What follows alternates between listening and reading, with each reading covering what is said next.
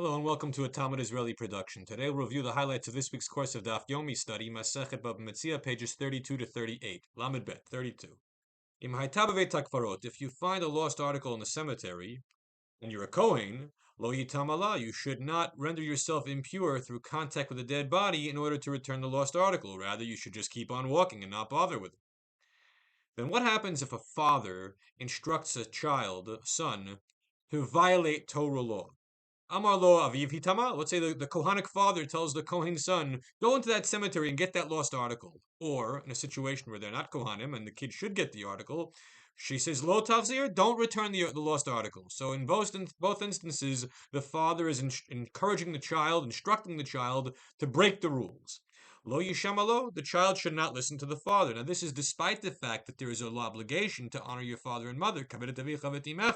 Nonetheless, if the parent is giving a guidance which is against the rules of Torah, you disregard the parental guidance. How do we know this is true? Shenamar, it says, Ishim aviv tirau, a person should revere his mother and father, and safeguard the Sabbath. Ani Hashem, I am the Lord your God. All of you have a responsibility to revere me, says Hashem. So since everyone has to honor God, including the parents, a child, in having to choose between the instructions of God and the instructions of the parents, chooses Torah law over the parental guidance. Lamed Gimel, 33. The Torah says, Amakra efes kilo yebacha evyon. There is poverty in the world. Okay, Shelcha kodem l'shel kol adam. Your lost article has priority over the lost article of anybody else. So you prioritize yourself over anybody else's financial well-being. However, Rav says, if you are always self-centered, self-oriented, and are going to think about yourself and not care for the financial well-being of others, you'll end up like the pasuk says, being impoverished. So if you throw off the burdens of Gemilut ul Chasadim, loving kindness to your fellow, bad things will happen to you in the long run. Lamed Daled. So the Gemara here is talking about a case where a custodian could have exempted himself from payment by taking an oath, but chose not to take an oath and rather paid for the item. However, the Gemara says, we forced the guy to take an oath anyway that the item is not in his possession, because we're afraid maybe his eye was on it. He wanted to keep it for himself, and he's willing to pay for it, but he's going to acquire this in a manner that otherwise would not have been available to him. So we force him to say he doesn't have it. Lamed Hey, 35.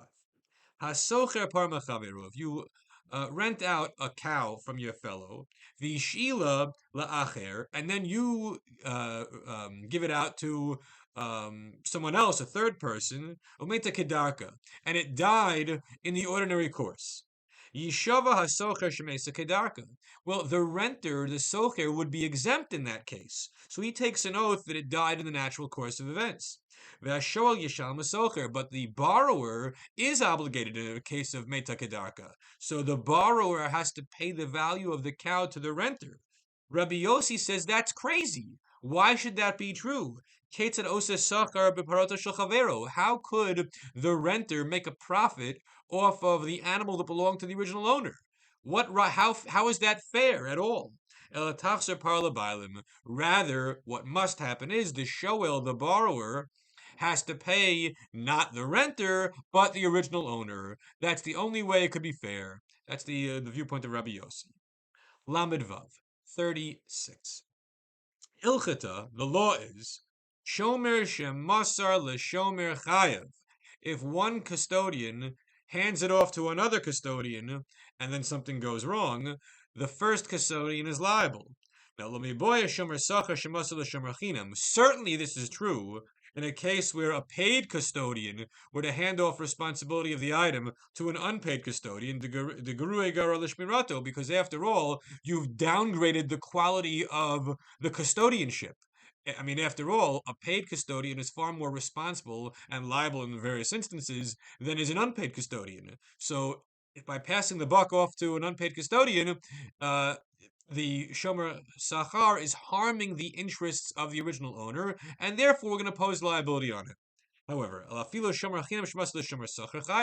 even in a case where the original shomer was a shomer chinam, an unpaid custodian, and he hands it off in turn to a paid custodian, nonetheless, still there's going to be chayav, liable. Why? My timer. What's the reason?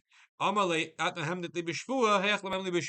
the original owner of the article could say, I trusted you, the shomer chinam, to tell me by way of an oath that something went wrong and I'll believe you. But I never trusted that other fellow who you passed the item on to, that his oath should be believable in my eyes. So therefore you messed up, liable.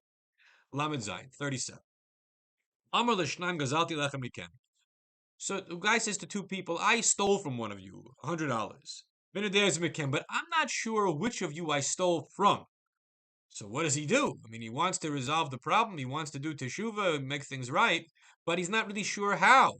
So noten lazem mana v'lazem mana.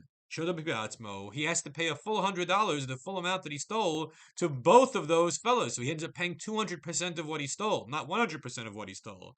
Why? Because Hodal Piatzmo, he confessed of his own accord, and so if he wants to do it right, he has to make sure that he didn't deduct from the amount, the proper amount, from any of his potential victims.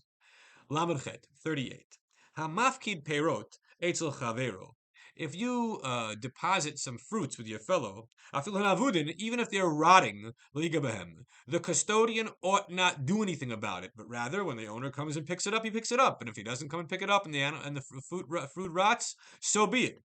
Rabbi Shimon says, no, that's not a good idea. Why should this guy, the owner, lose out just because he didn't pick up his fruit in time? Then rather the custodian should sell the fruits in the presence of the Beit Din of the court,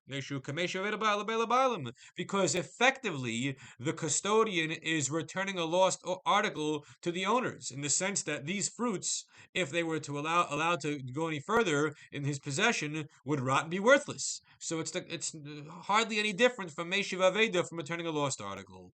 Everyone have a great week.